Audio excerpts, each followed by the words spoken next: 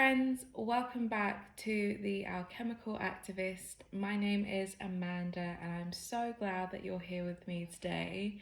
Today I wanted to talk about something that I've been journaling a lot recently, and I think with the collective energy at the moment and the way that we are moving towards the age of Aquarius, the North nodes and the South nodes changing in the Aquarius Leo axis, I think that there is a collective movement forward, um, in light of some of the things that I've spoken about in my previous video and things that I'll be talking about in future videos.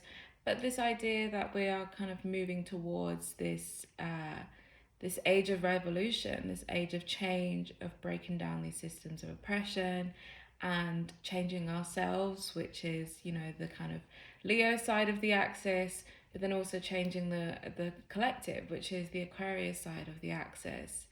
And I think that the node shifting, so I'm filming this video like the end of July. So whenever this video finds you, it's exactly when it's supposed to find you.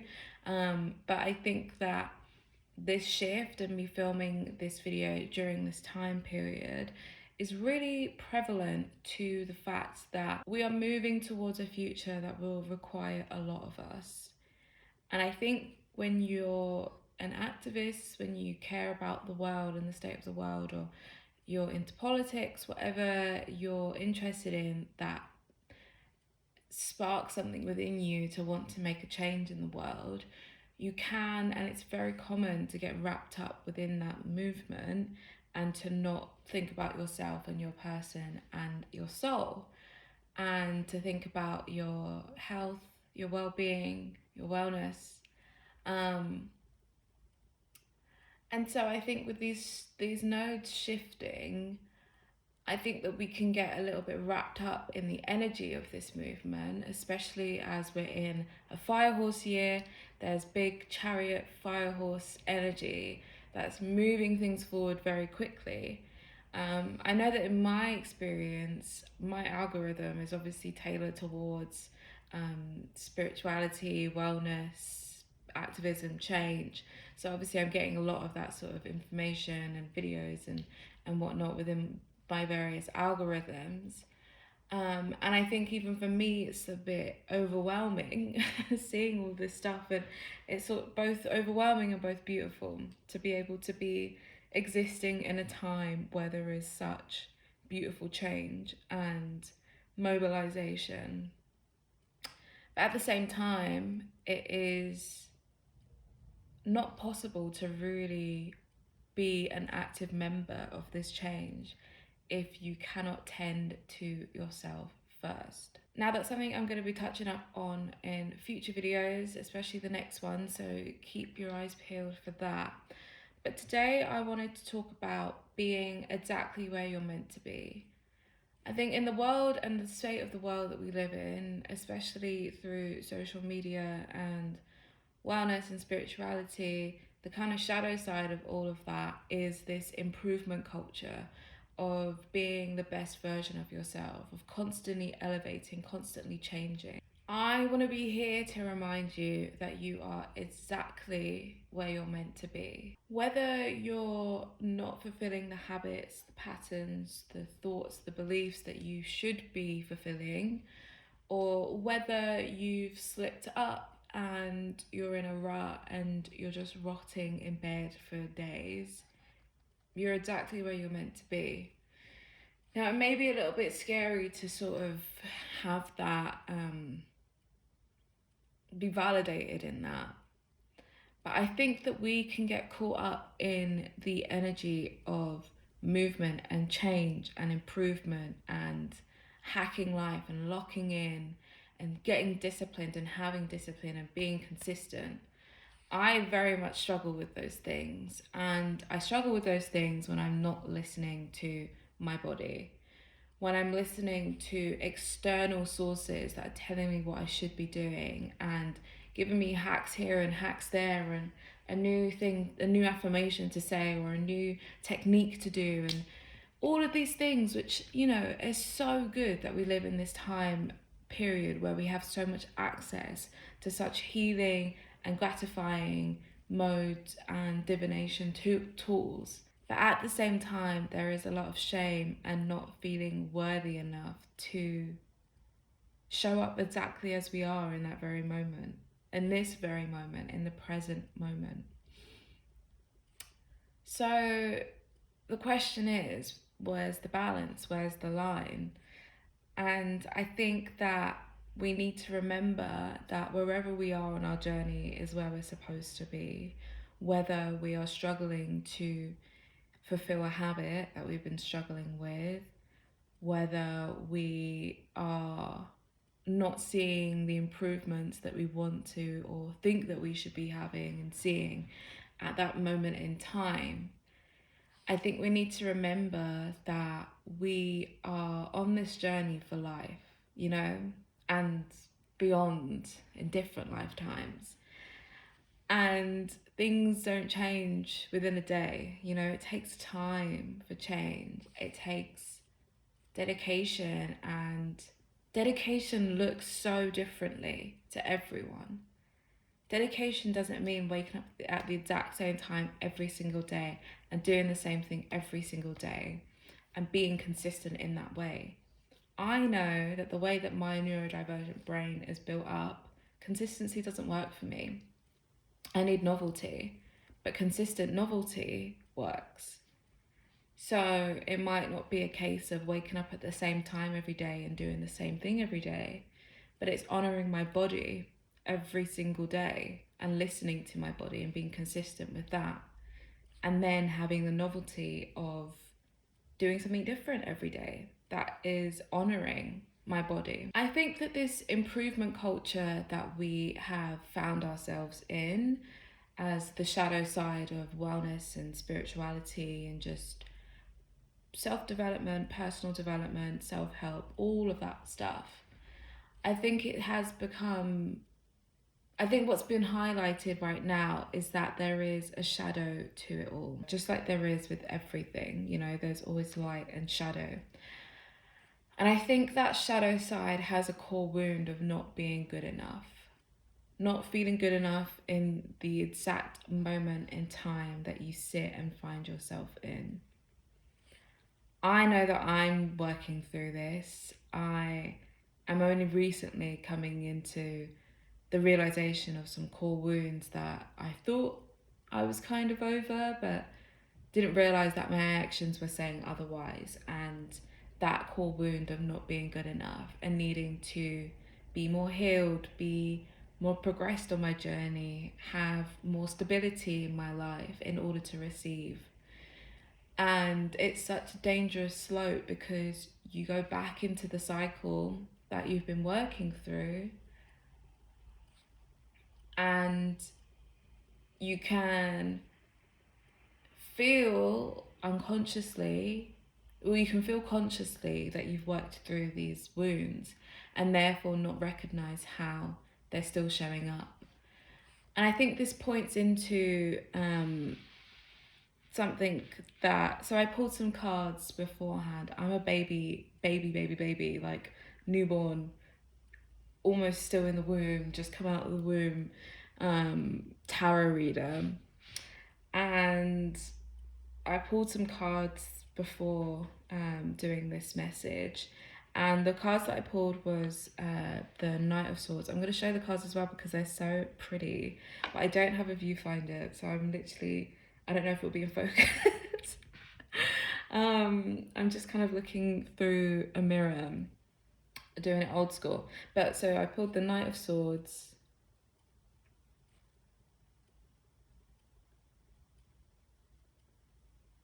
Is that in focus?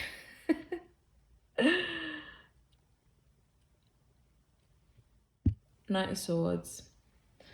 The Magician in reverse.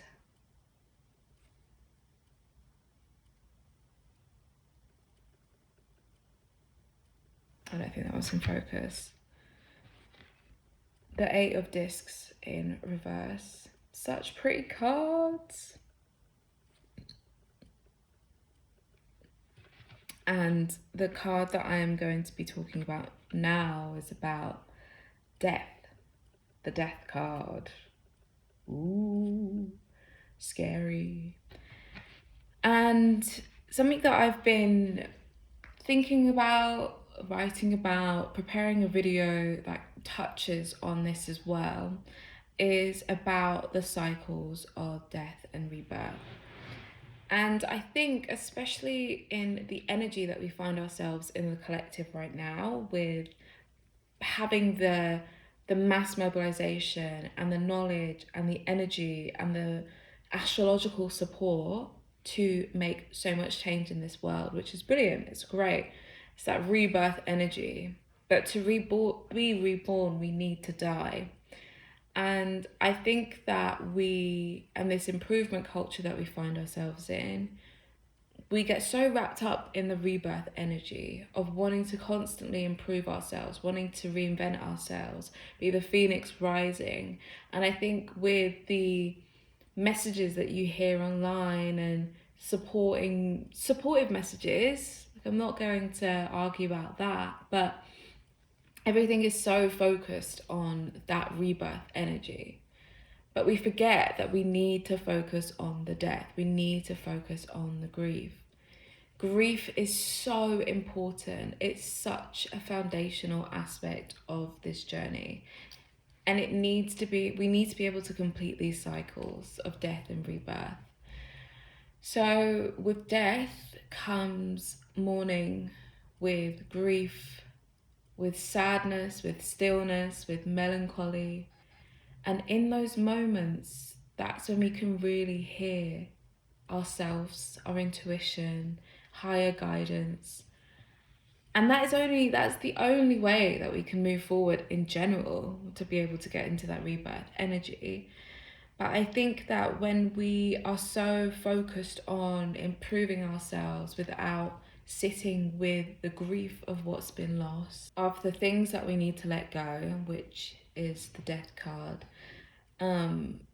we find ourselves in cycles of shame. I should be better than this.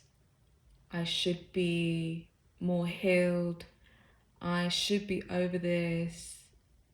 Because we're so focused on doing the habits, having the routine, showing up for our communities, doing all the things, the good things that we should be doing, but may not necessarily that we should be doing them in this moment in time, in the moment in time that finds you with the death that needs to process. And I know from first-hand experience of losing my dad and not sitting with that grief and pushing it down, that it comes up again. It comes up because it needs to be transmuted. We need to move through that energy. And so I say this as a reminder that if you find yourself at a time period where things are feeling extra hard to do, to be, feeling more tired, feeling like you can't quite get things right, in a relative term, because doing things right doesn't really exist, but that's a spiel for another day.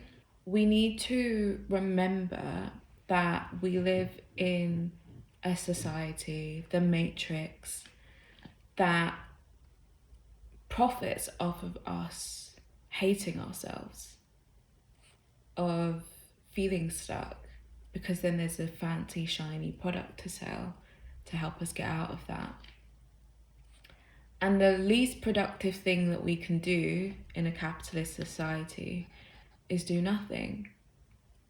Is to be in stillness, is to rest, is to grieve and mourn, is to just rot for a few days or weeks. Because you will always come out of it. That is the death and rebirth cycle. You will have a better day that will come around.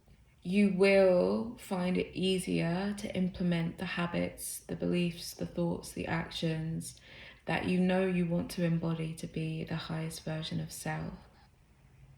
That moment will come.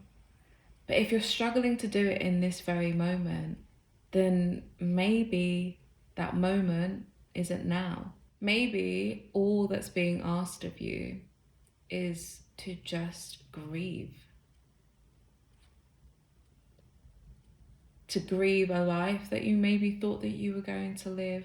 To grieve relationships that you thought might have lasted. To grieve versions of yourself that, though you are happy to leave in the past, there's still a connection. That's still a part of you, you know? Grief is just so important. And I learned through my grief with my dad, relationships, I've got an itchy nose. I learned through my grief that it is so empowering to sit with it. Because then you realize how much love is there. You know what they say? Grief is just love with nowhere to go. Something that I think is important to remember as well is that we need to honor our desires. Desires that may be categorized as bad. Maybe we're not ready to close out that karmic loop yet. And it's tough to hear. It's a very, very, very fine line to be talking about this and to be acknowledging this, because obviously there are some harmful behaviors and patterns and people and cycles that, you know, we need to get out of. But sometimes it's difficult to force yourself to do it. And so maybe there's still a lesson in there. There's still something that you have to go through in order for you to actually move on, move through it, leave it behind.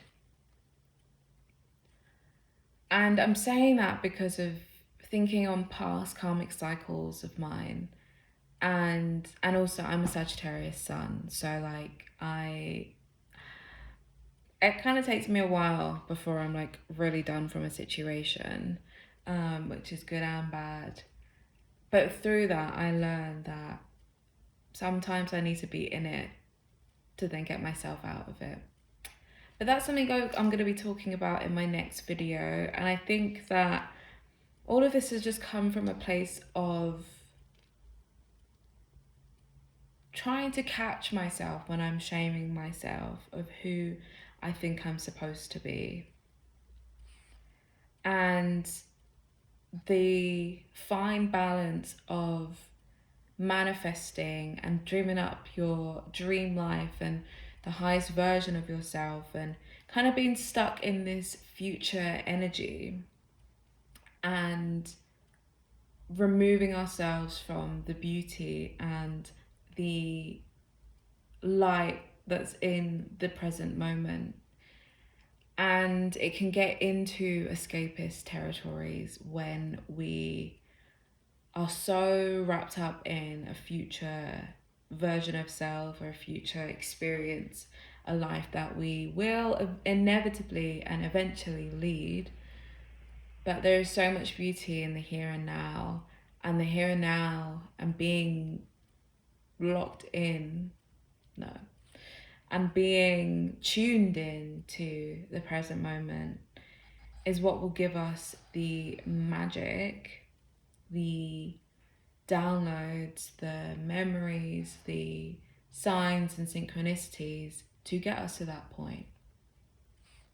But we need to remember that we are exactly where we're meant to be.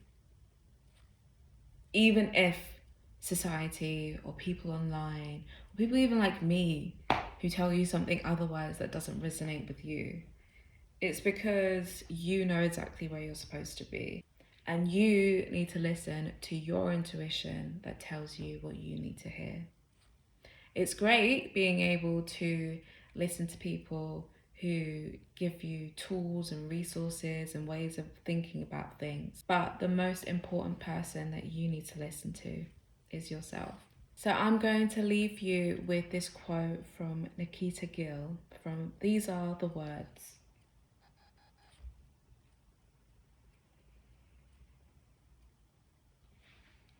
Every day is not an opportunity to improve yourself. Some days are just there for you to accept yourself and look at the clouds. This too is growth. This too is rising. Just existing is enough on some days. The flowers do it every day and make the world more beautiful just by being there. So do you. Rest today, there is tomorrow.